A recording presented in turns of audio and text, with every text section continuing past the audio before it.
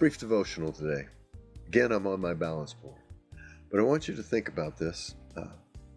If you think about your life, the people that have the most value in your life, meaning the ones that you can really count on, depend upon, those are ones that are faithful. They're just simply faithful people. That's why one of the words in the Greek, the word for believe is pisteuo, but all the connotations, if you will, or semantic domain for the noun and the verb, all the cognates of that verb, speak of faith and faithfulness and trustworthiness. Now I want you to consider for a moment, our faithfulness is related to the fact that God himself in 1 Corinthians 1:9 declares himself to be faithful. Faithful is he who calls you in Philippians 1:6, and he's the one that will do it in terms of what we need for the situations of our life.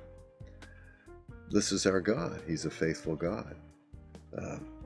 He says it, and he will do it. He swears and makes an oath in Hebrews 6 and verse 16 and on, and can't swear by anybody else, swears by himself, because only he is completely true and faithful. Now,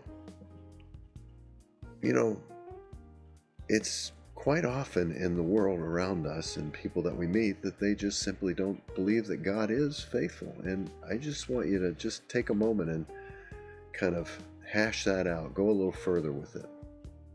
Logically, what does that mean to me? Well, if God's not faithful, if there's no standard for complete and total trustworthiness, then who is? And how could we be? We have no standard. Everything is vacillating and fluctuating. Everything is relative. Everything is anything but consistent. This is why we're seeing such dramatic shifts in our judicial system today, because God's no longer a part of our judicial ethos. There is no higher power that we relate to. There's no formal law that was directed towards mankind by way of a conscience that we are to account to. So everything is relative. We look more for equality or equity than we do for just the sheer right and wrong. It's the way life is. But if God is faithful, if God is true, if he's true to his word, then you and I have a very solid rock to stand upon, do we not? It's like the man in Matthew 7 that built his house upon the rock. Nothing can shake that.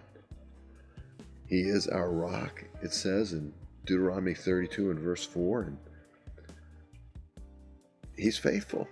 God is faithful. We can count on him. His word is settled in heaven forever.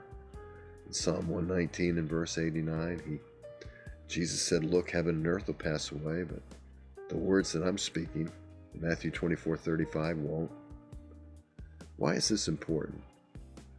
Because the more we get to know the God who has spoken to us, and then what he has said to us, and the more we spend time with the people who are the people that meditate on these things, there in Malachi 3:16, God takes note of that, then the more secure our faith will be. In other words, we can be no more faithful than we believe him to be faithful. And this is why I think so often when bad things happen to people, it really gives us a true indication of where their faith truly was. Was it in people? People vacillate, people make mistakes, people fall, people die, people get sick, people hurt other people. Or was it in God, who is always true, who says that there's nothing that we go through that he can't give us a way of escape in 1 Corinthians 10:13, because he is that way. He's faithful. He will always be with us. He'll never leave us and never forsake us. Look, as we come into the new year, let's just put a little banner over this year. God is faithful. Till next time, friends. God bless.